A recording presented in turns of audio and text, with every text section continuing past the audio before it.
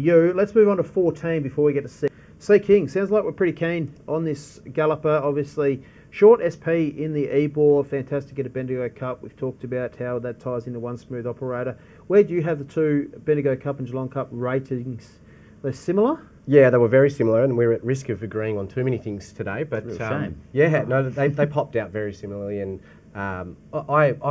I like Sea King because of what he did in the Ebor.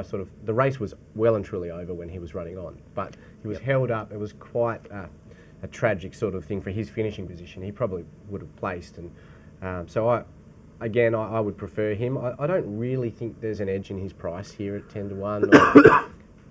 Is that what he is? Yeah, 11.50 Betfair at the moment. Yeah, it's not really an appealing price to me. If he was 20 to 1, I would be backing him. I think, but yeah, I'm neutral on it. Holly Doyle, barrier 1 interests me. She's shortest way home, obviously, but this horse isn't quick from the barriers. So just concerned a little bit from barrier 1. Holly Doyle, big field. She's a great jockey. I've got a lot of time for her.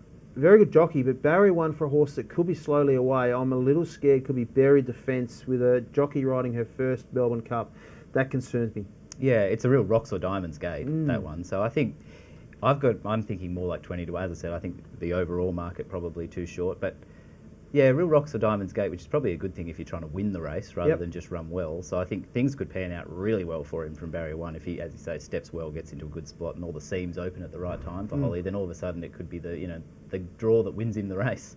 We've made all of the case about him and One Smooth Operator and the similarities of their rating. And I think this is actually where the head-to-head markets are.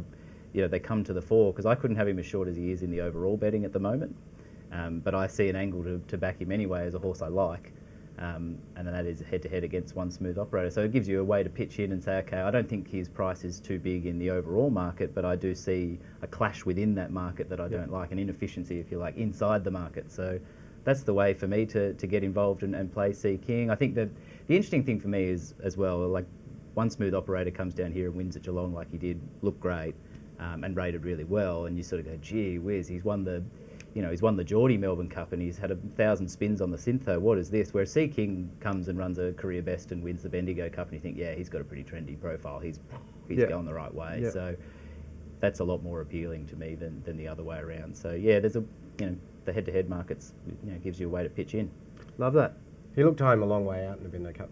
Didn't he? Too. Yeah, I mean he only beat Star Vega and Great Barclay Square. Yeah, Barclay Square. Off Coonji form. The Your very best favourite of race. form. Yeah, your favourite race. Real midweek handicap form. Yeah. So we've got both of those two from the Geelong and Bendigo Cups longer in betting. They're too short for the moment, so we could potentially lay them. But we found an angle with Sea King there in the head-to-head market on Betfair. Chances are you're about to lose. For free and confidential support, call the number on the screen or visit the website.